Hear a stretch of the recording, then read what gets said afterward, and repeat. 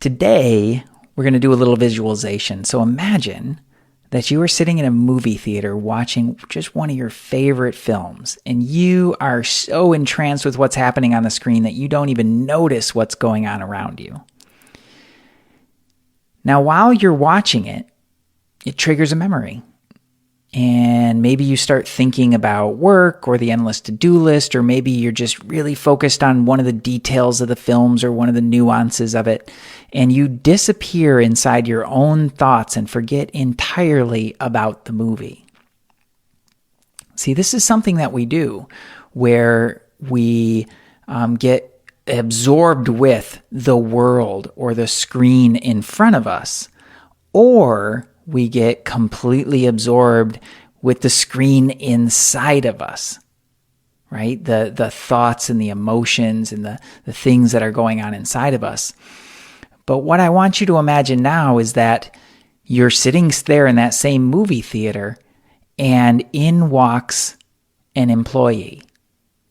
They walk quietly into the side and they look at the scene. They see something interesting. They see the screen that you're watching, and they see the projector coming out of your own mind. But they're in the place of the objective observer.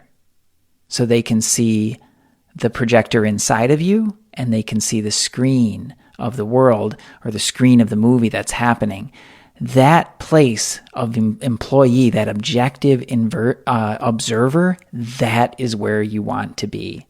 What happens when you go there is you wake up to what is actually going on, right? It's not the story in our head, and it's not the results or the things and the circumstances that we see in the world. It is a higher level of awareness that says, I'm not either of those things. I can observe them in action.